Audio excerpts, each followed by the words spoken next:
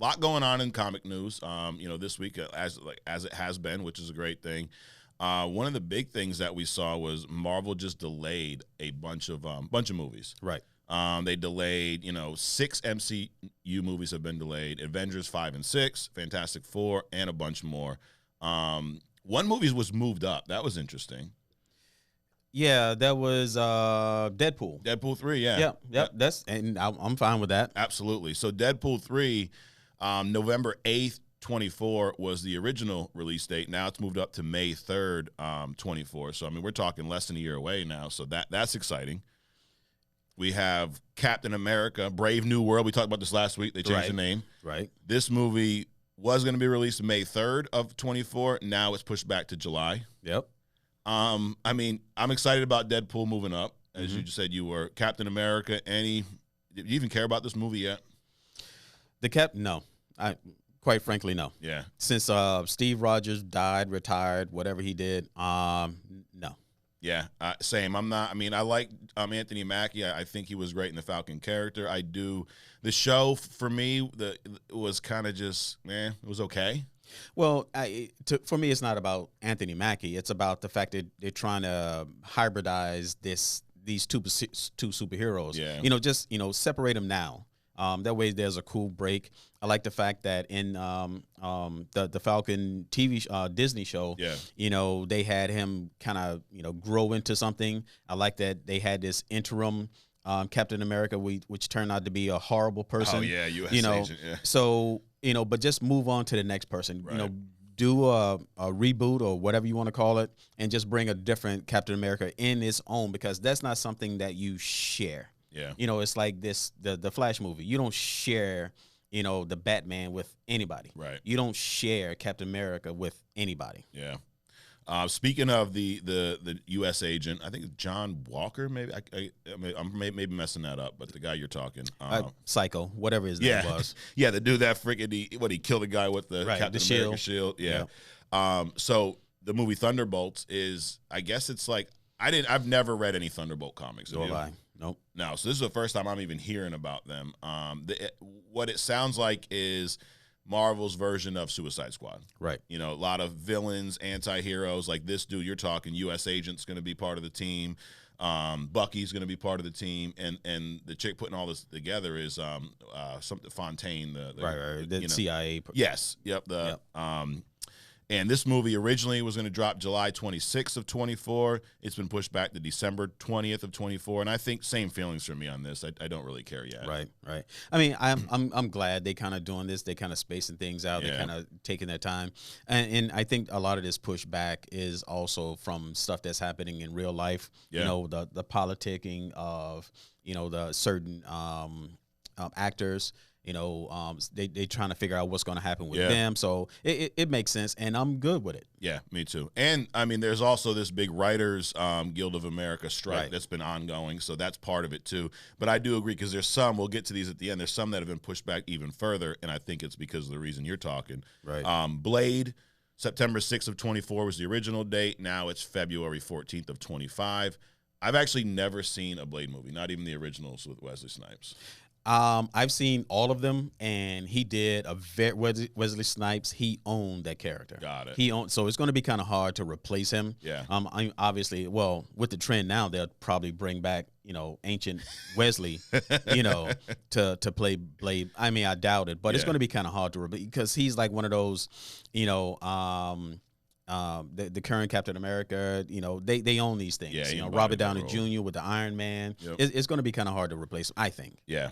So that's moved back a few months. Fantastic Four, which you're a big fan. You're a big fan of Fantastic Four stuff in general. Yep.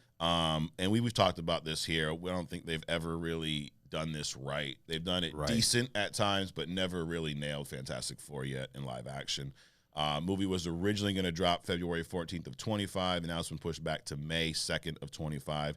This one, I wish they didn't push it back. Like this, so far, except for, actually, out of all the ones been pushed back, this is probably the one I'm most upset about so far. Right. Fantastic Four, I would prefer them to take a little bit more time, find the right actors and actresses to portray these characters, do it properly, and make sure that they have a good story, because there's no reason why they can't have as good of a story as the Spider-Man, as the Avengers, as as the original Black Panther, the Captain Americas. There's no reason whatsoever why they can't take their time, find the right people to portray these characters, and put out a good story. Now, do you think the first few Fantastic Four movies, was the story the worst part? Was it the actors, in your opinion? I think the first two, a couple of the characters were a decent fit. Yeah. Mr. Fantastic and his wife, I think they were a good fit. Even Dr. Doom, the guy from Nip Tuck, playing Dr. Doom, I even think that he did a good job. I think the storyline with the first two was just not in sync with the characters and or the actors. I got you. Right? And the third one with Michael B. Jordan. Michael B. Jordan as the Human Torch. That was just wrong. That was just wrong altogether. Nothing fit in that properly. The actors, the storyline, none of that. Yep. So now we get to the two movies that I think are delayed for both reasons. One, because all these other movies were delayed just a few months. Right. Avengers: The Kang Dynasty, originally May 2nd, 25. This thing's been pushed back almost a full year, May 1st, 26. And then Avengers: Secret Wars, May 1st, was originally going to drop May 1st, 26. This has been pushed back to May 7th, 27, so a year and a week almost. And this is, to your point, the Jonathan Majors issue. We talked about it a few weeks ago, but now that more time has passed, I do think this is an issue internally, and I think they're trying to figure out a solution. I don't think they want to move forward with them. Well, I consider myself the baseline of news, and I haven't heard anything. Yeah. So it's been kind of quiet in my camp. I mean, I don't know. I'm sure there's something been put out about it, but I really haven't heard anything. So you're probably right. They're probably trying to pivot and see how they can move him out of this position. And here's why I say that. I also read this week that there's a show on Disney Plus on the Marvel section called Assembled.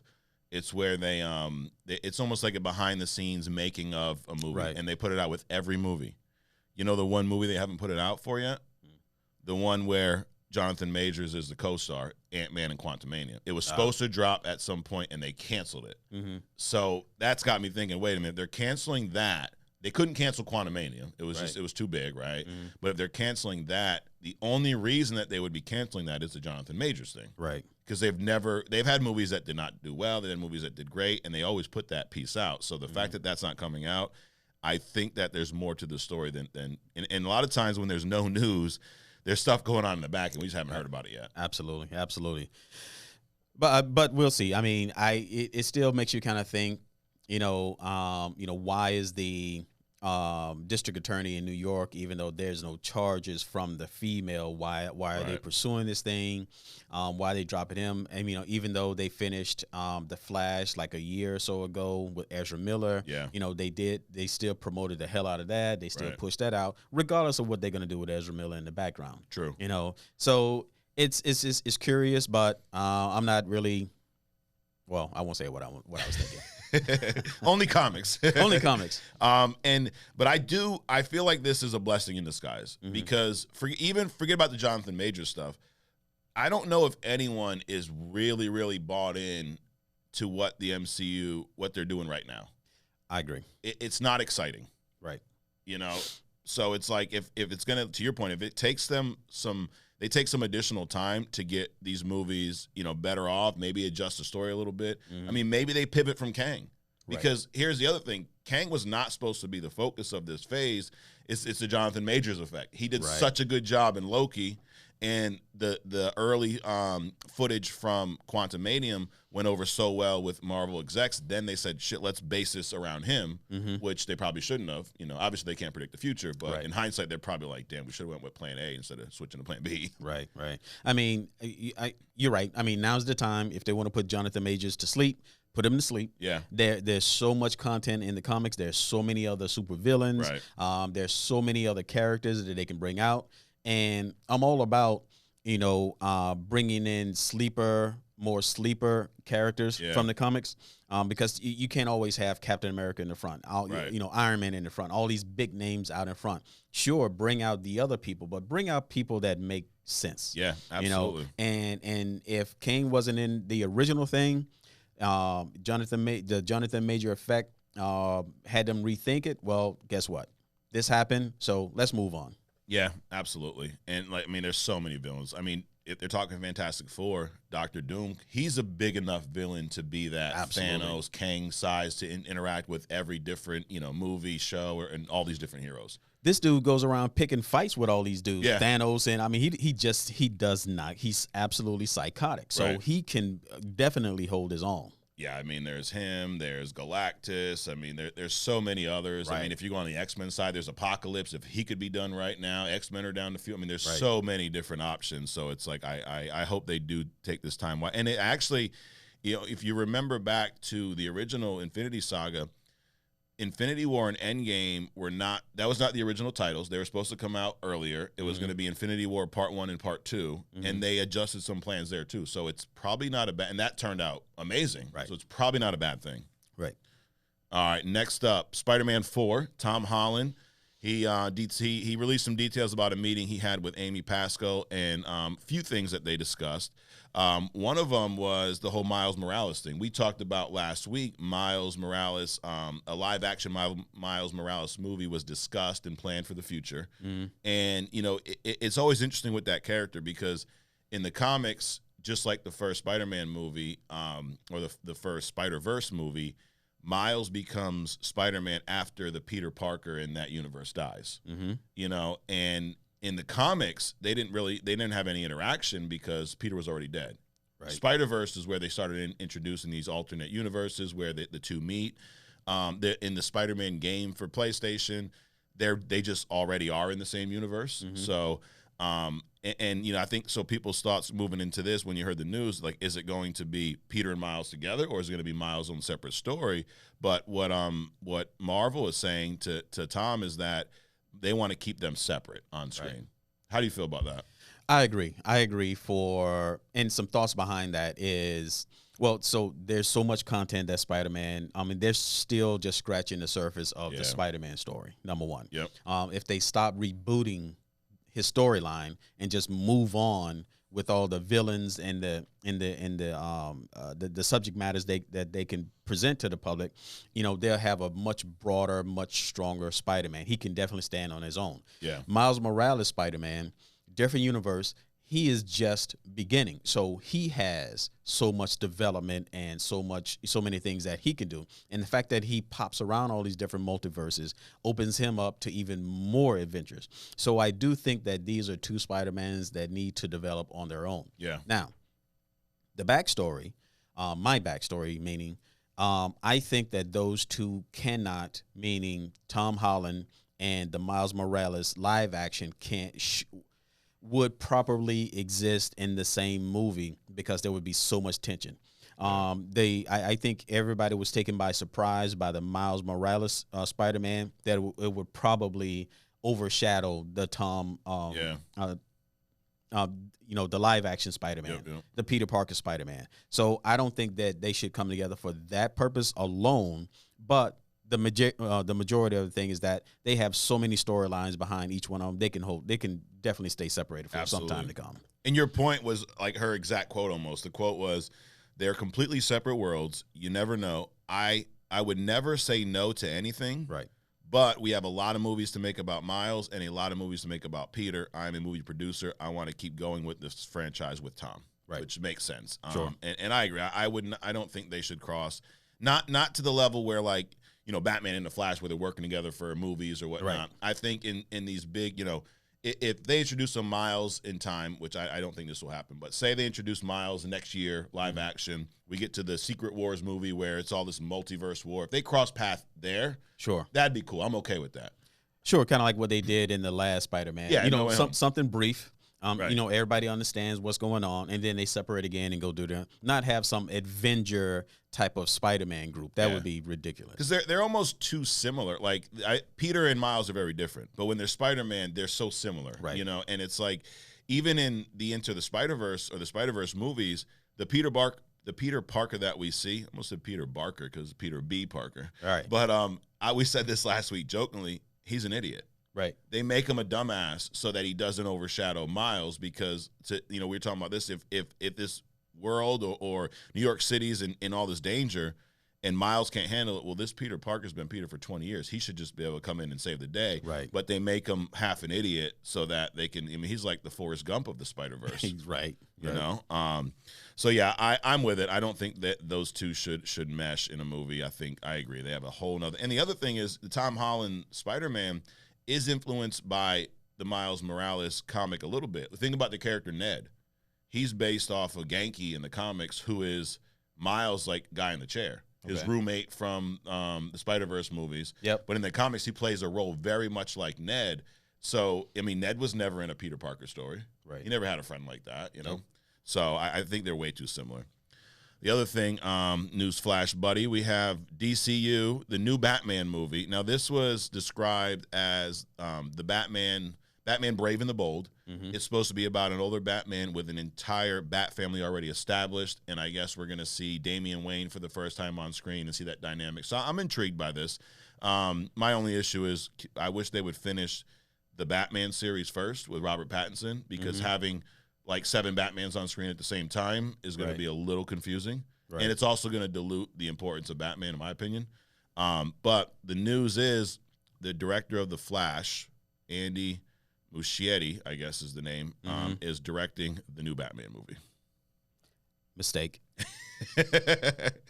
Yeah, I'm a little nervous about this one, and I won't say much because there's some spoilers that we'll get into that has me even more nervous about this one.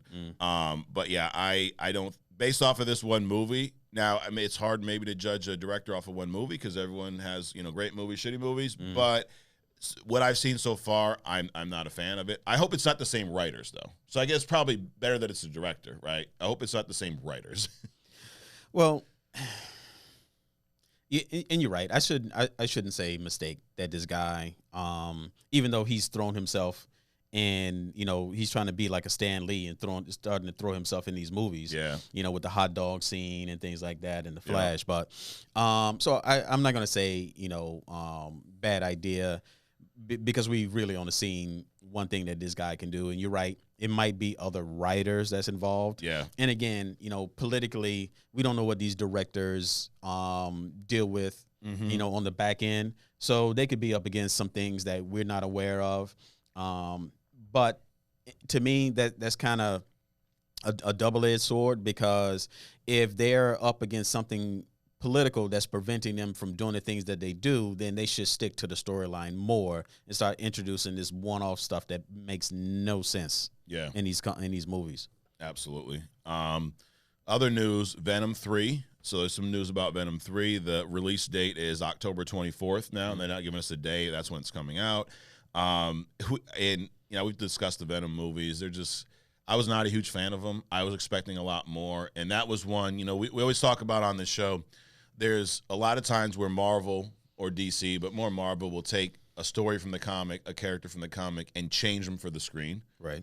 A lot of times it's done very well. Like the Civil War storyline is much better on screen. As great of a story it is on the comics, it's much better on screen, in my opinion. The Infinity Saga. I mean, the Infinity Gauntlet comic is not my favorite comic. I was not a huge fan of that. But the Infinity War movies, amazing. Right. One of my favorite. So Venom, they did the opposite. They took a character who was badass in the comics and made him a joke on screen, in my opinion. Right. I've heard about Venom, Carnage, all these symbiotes, whatever, in the Spider-Man thing. I've never been a fan of them. And the Venom movies, I think I've seen one, maybe 1.5 of them. Yeah, same. I'm not really interested in what happens with this Venom, the Venom character or the movie. But I do agree from what I did see, they made him into like a clown. Yeah, on the screen, and that's just not right. It's kind of like the same Black Adam mistake. Venom's supposed to be a villain. Right. Venom's supposed to be Spider-Man's villain. Right. It would be like, and again, I know they made the one Joker film without Batman, but it'd be like them making a Joker franchise, make Joker the good guy, and never mention Batman. Right. It'd be weird. Yes, weird. So with this one, I'm probably on I'm thinking about Venom the way I thought about, the last Ant-Man. Even though I saw the first two, they were entertaining. Yeah. But I still have not seen the third Ant-Man, and it's just one of those things where, okay, I know it exists, not really interested in it, and I'm not really interested enough to now pick up and start following this character. Now, if these movies were tied to Spider-Man more, I would probably be more excited about them. Because it makes sense. That's how they were born. Right. They wouldn't exist without Spider-Man, Absolutely. Now, there was a post-credit scene, and I don't remember exactly what movie it was. Maybe it was at the end of No Way Home, where we get to see Venom looking at Spider-Man on the screen, like wanting to go to New York, and then because he gets transferred into that universe through the Doctor Strange, Spider-Man, one of these multiverse spells they put on or whatnot. But then he gets transferred back out. Right. But there was a piece of the symbiote that remained in that universe. So I'm wondering if, down the road, will we ever see that show up again in the Spider-Man movie? Hopefully. But it's almost like they tease that connection, but it doesn't seem like they're going that way in the near future. So I wish they would, because I'm not a huge fan. I think the first movie was okay, and the second one I honestly couldn't get through. As much as I love Wesley Snipes, same thing with Carnage. Carnage in the comics is a freaking savage. Right. And we got this just like funny kind of Metro type, like enigmatic, like just I'm like it's not who this guy is. Right. Carnage is a beast, dude. Right. Make the villain the villain. Yeah. Make the superhero. Don't do this crossover. It's just like, if the actors can't play the role, then they're obviously the wrong person. Yeah. Don't come in demanding that you're going to make this character into your version of. No, that's not the way it works. Right. Yep, I hear you. Deadpool 3, there was a rumor by a trusted source. I love how, like, on social media, there's these handful of accounts that leak these rumors. No one knows who they are. And it's always like trusted source. And 99% of the time, they could turn out to be true. So is it studio leaking stuff? Is it people working on the project? Is it intentional? I think it's intentional. Oh, absolutely. Absolutely. And it's usually somebody inside the studio because, these nuggets that they drop, they make too much sense in order for you and me to know. I mean, we don't have a crystal ball. We're not looking into the future and be like, oh, this is going to happen. So we don't have that insider information. Yeah. So definitely the studio, but they have to do that in order to keep their franchise alive. Right. I think it's like testing the waters. Let me put out this leak and see what everyone says about it and see if we're on the right track. It's like we're asking for your survey before we put out the movie. Right. Right. It's like they're taking our order. They want to know what you want to eat. Right. I wish they would have did that with Ezra Miller character though. Yeah. I'm just saying. Yeah, there's some decisions that y'all, why don't you just run them by us? Right. DC, Marvel, do us a favor. Before you start doing stupid shit, run your decisions by us. There you go. There you go. Jesus. But Deadpool 3, the rumor that came out from this trusted source was that it's shaping up to be the No Way Home of the Fox X-Men movies. Right. Which I'm like, if that is the case, now here's the other thing sometimes with these rumors. Sometimes the hype, y'all are full of shit. You say stuff that ain't true. You say stuff like, this was the best movie since Endgame. And you're like, no, dude, this is not the best movie since anything. This is actually the worst movie that y'all have come out with in the past 2 years. So what just happened with The Flash? That was supposed to be the best of the best of the best. It was supposed to be DC's No Way Home. It's like, no, that was DC's Just Go Home. No, it was not DC's No Way Home. But if Deadpool 3 is a No Way Home, now we obviously, we know Marvel can do that multiversal film. They did it with No Way Home. So, Marvel's 1-0 on the multiverse, connected these past universes. DC's 0 for 1. Right. I think Marvel's going to go 2-0 with this Deadpool 3. And I'm excited about seeing these past X-Men, because there's more history there. With the Spider-Man movies, we're talking 2 other Spider-Men, and we're talking 5 movies. Right. With the X-Men, we ranked them a few weeks ago. What was there, 12, 13 movies? You're talking dozens of characters, like different, from different time periods. There's the First Class X-Men. There's the future ones. Like, there's so much more they can do with this. And supposedly they're pulling a lot of these actors from those movies, which I think can be amazing. And then you get the Deadpool factor. Them interacting with Deadpool is going to be, it's going to be a rated R movie. It's going to be off the wall. It's going to be funny. So I'm looking forward to this movie probably more than anything else that Marvel's putting out. I'm wondering if there's this whole multiverse thing just so the studios can shake things up. Yeah. Because once after all of these, like you'll find at the end of Flash, characters coming out of the woodwork that you didn't know about. Yeah. So I think it's almost like they're using this multiverse platform to mix things up, so then they can pull out whatever they want. Yeah. Their like bag a big of tricks. Exactly. A big reset. So multiverse is the new reboot. Yeah. I actually think you're right, and and now they're gonna play it out over what, probably 5, 6, 7, 8 years, right? But if you think about it, they're gonna Marvel and Disney, Marvel, they're gonna want these movies to continue forever, sure, just like the comics, right. The benefit the comics have is you could just draw people. It don't matter. There's no actor that dies and you can't cast them anymore. Here you got about maybe 10 years with an actor. Right. It's like pretty soon Tom Holland's going to be like 40 years old. Right. And we're not going to believe that he's in college. Right. Well, not only is he going to be 40 years old, but he's going to get tired too. He is. Yeah. Absolutely. So I think, to your point, I do think that's where this will end. I think whatever, Secret Wars, Kang Dynasty, wherever we end up, I think will be a major reset, and they'll be able to replace these roles with an easy explanation. Right. It's just Iron Man from another dimension. It's just Logan from this universe. Exactly. Versus why are you recasting Robert Downey Jr. because he's like 60. Right. What they should have done with Michael Keaton.